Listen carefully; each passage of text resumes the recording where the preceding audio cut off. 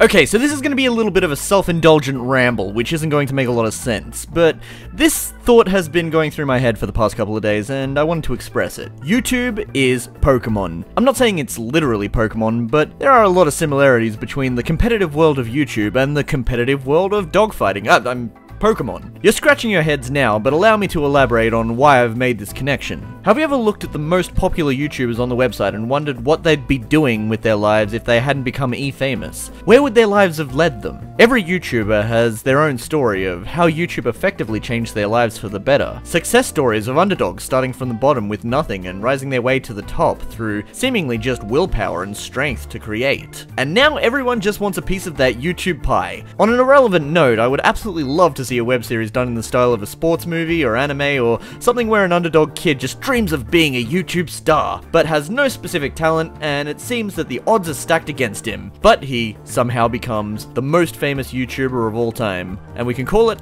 PewDiePie, the musical. Not like a documentary or anything, but like a comedy film that resonates with people that have always wanted to be YouTube stars. Maybe that show already exists on YouTube Red or something, but the thing is that I don't watch that crap. Ever since monetization became an option, everyone has looked at their favorite creators and said to themselves, damn, I want to be famous, and I want to make money just like that. And then they go and they try to do the exact same thing that doesn't work because imitation and inspiration are not the same thing.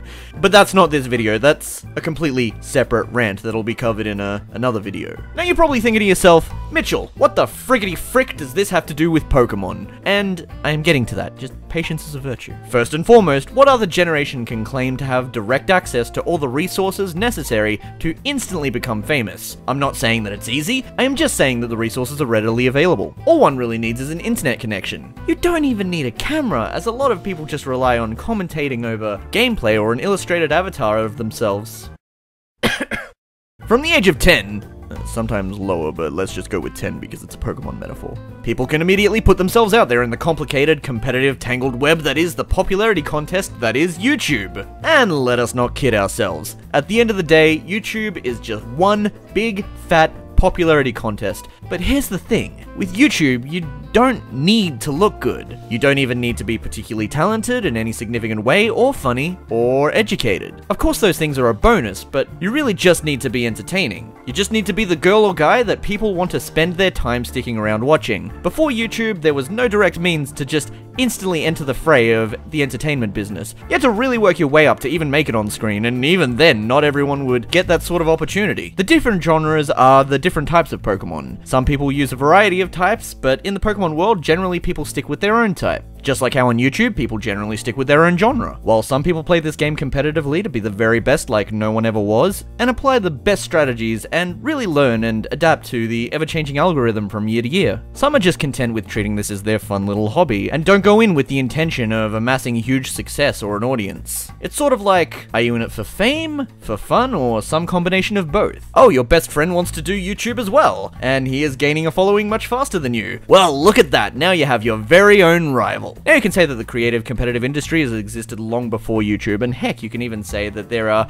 much more accurate comparisons to be made, like say to the world of sports, which you could argue is a more accurate real-world equivalent to the competitive nature of the Pokemon world. But not everyone can do or wants to do sports. But it seems like everybody wants to be well known for being a social media personality. And in the current world we live in, we have now seen in great detail what it is like for instant stardom to go to a child's head if they are given a taste of the spotlight for even a short amount of time. And I mean child in the figurative sense, as in adults that lack the maturity to deal with being in the spotlight and have their work put under constant scrutiny. Now you too can be the very best, like no one ever was. Just for playing a video game, complaining about your mundane life, talking about a film, auto-tuning your voice, or doing your makeup. The possibilities are literally infinite. But I don't know, this has really just been my nonsensical ramble. Do you agree? Do you disagree? Let me know in the comments section down below. I try to respond to as many comments as I possibly can. And as always, this has been Mega Mitch, and I will catch you later, dear viewers. Oh, what the hell. I play Pokemon Go every day. I play Pokemon Go.